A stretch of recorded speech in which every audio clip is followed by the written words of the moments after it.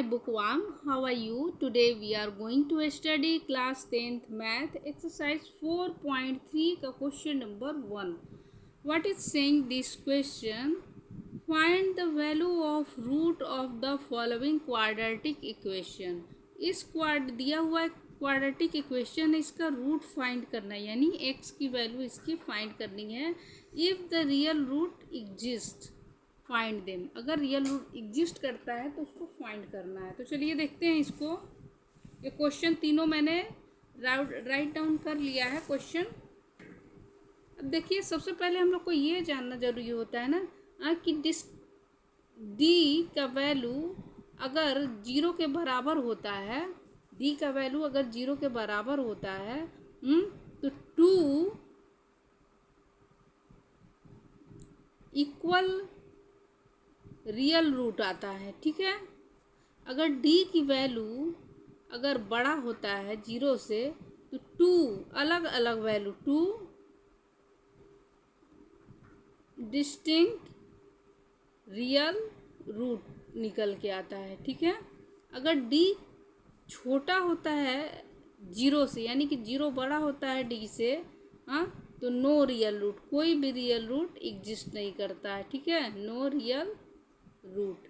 इस बात को आप लोग ध्यान में रखिएगा तो ये आसानी से आपको सॉल्व हो जाएगा. ठीक है. तो सबसे पहले डी की वैल्यू हम यहाँ फाइंड करेंगे और चेक करेंगे क्या वैल्यू फाइंड होगी.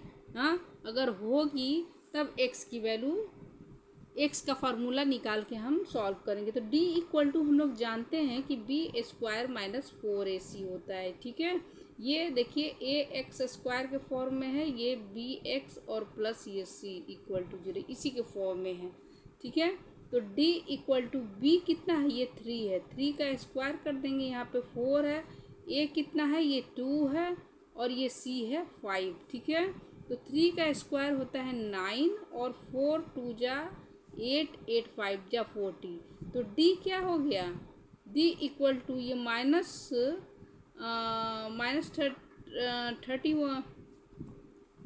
31 हो जाएगा. ठीक है. तो ये D छोटा हो जाएगा, D छोटा हो जाएगा और 0 बड़ा हो जाएगा.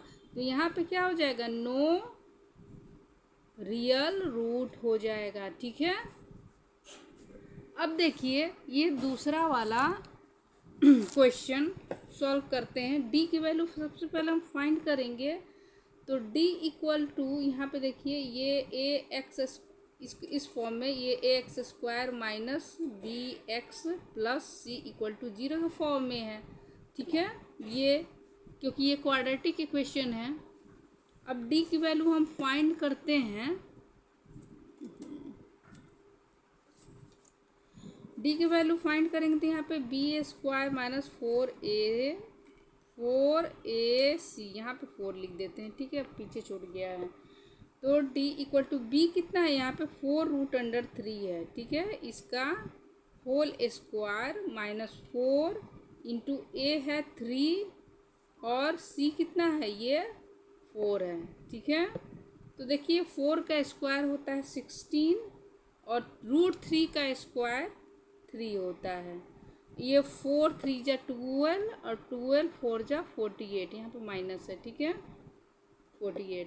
तो D इक्वल टू क्या हो जाएगा, 16 3 जा 48 और माइनस 48 इक्वल टू क्या होता है 0.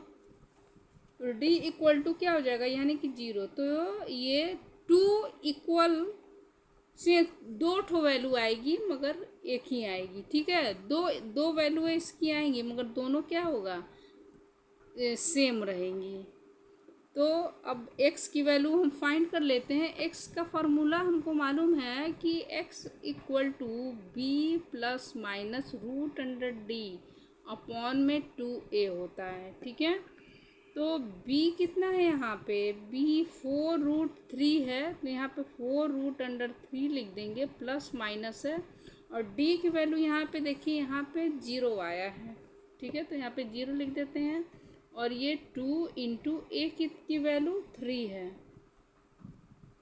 तो x equal to 4 root under 3 और ये तो ख़त्म ही हो गया क्योंकि 0 है. 0 जुटता है या घटता है कोई अंतर नहीं पड़ता है.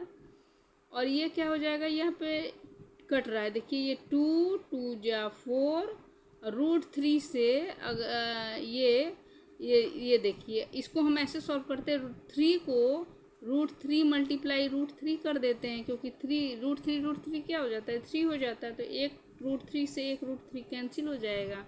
यहाँ पे 2 बचा तो यहाँ पे 2 लिख देंगे, ठीक है।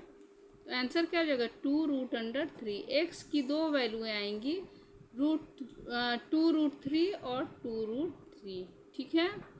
ये थर्ड वाला क्वेश्चन है, इसको भी सॉल्व कर लेते हैं। पहले डी की वैल्यू हम फाइंड करेंगे। तो डी इक्वल टू, फार्मूला नहीं लिखते हैं, डायरेक्ट हम ऐसे ही बैठा लेते हैं, ठीक है। तो d equal to b square minus 4ac होता है। तो बी कितना है, 6 है, ये 6 का स्क्वायर माइनस 4, ए कितना है, ये 2 है, और सी कितना है, 3 है। 6 का स्क्वायर 36 होगा, और ये 4 2 जा 8, 8 3 जा 24।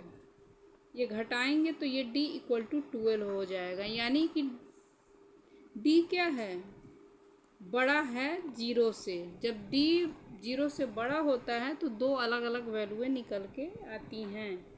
तो वैल्यू पुट कर लेंगे हम लोग, x equal to b plus minus √d, ठीक है, अपॉन में 2a, ठीक है। यही फार्मूला होता है। तो x इक्वल टू ये b कितना है, या ये b है 6 यहाँ पे लिख देंगे। ये बार हाँ देखिए अब साफ आ गया।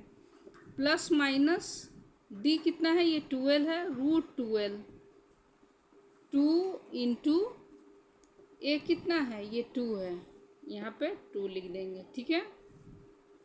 इधर सॉल्व करते हैं।